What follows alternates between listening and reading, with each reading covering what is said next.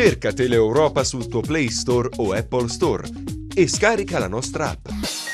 Disponibile per tutti gli utenti Android e Apple. Ti aspettiamo.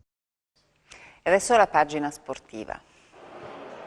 De Francesco e Bianchimano, i due gioielli amaranto, citati rigorosamente in ordine di apparizione, perché il primo ispira, inventa, disegna e l'altro realizza, insomma fa gol. Una coppia d'oro al servizio di Maurizi, che si è tolto la grande soddisfazione di rimandare a casa battuto il Catania, nonostante un avvio di gara disastroso, con la regina alle corde e tenuta a galla dalla imprecisione dei rossazzurri e dagli interventi di Cucchietti.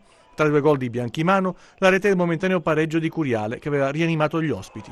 Il primo tempo il Catania non ci ha permesso di esprimere il nostro gioco, quindi merito a loro. Il secondo tempo eravamo molto arrabbiati perché non volevamo giocare come il primo tempo, anche se il risultato era di parità, ma non volevamo giocare come il primo tempo e quindi eravamo molto arrabbiati e siamo entrati in campo con la chiara volontà e anche coerente poi da quello che si è visto in campo di giocare solo noi la palla e di riconquistarla nel minor tempo possibile. La coperta giallorossa è un po' corta. Dionigi ha registrato la difesa, che ha retto anche nella fase di maggiore pressione dell'Andria, ma ha perso in incisività, soprattutto a causa delle assenze pesanti di Letizia e Infantino. L'infortunio di Kunzi, falciato da Mauro Antonio, ha di fatto disinnescato il Catanzaro, incapace di offendere se non con le incursioni del generoso Zanini. Dionigi spiega i motivi di uno 0-0 indigesto per la classifica e il morale, e il suo discorso non fa una grinza. Non avevo più cambi davanti, a parte Lukanovic, perché purtroppo dopo 10 minuti l'unico giocatore che mi dava quella rapidità tra le linee me l'hanno rotto con un fallo da espulsione,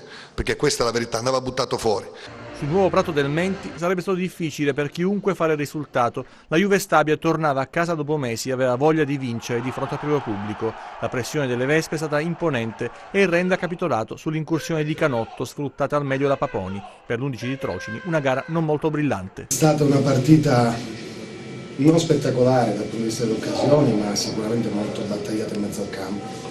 I portieri sono stati poco impegnati, però a centrocampo ci sono stati tanti duelli e non era facile venire a giocare qui a Castellammare in una situazione come quella di oggi, insomma, con grandissimo entusiasmo. Difatti l'approccio della Juve Stabia è stato importante, però sono convinto che la nostra squadra abbia fatto un'ottima prestazione. Cerca Teleeuropa sul tuo Play Store o Apple Store e scarica la nostra app. Disponibile per tutti gli utenti Android e Apple. Ti aspettiamo.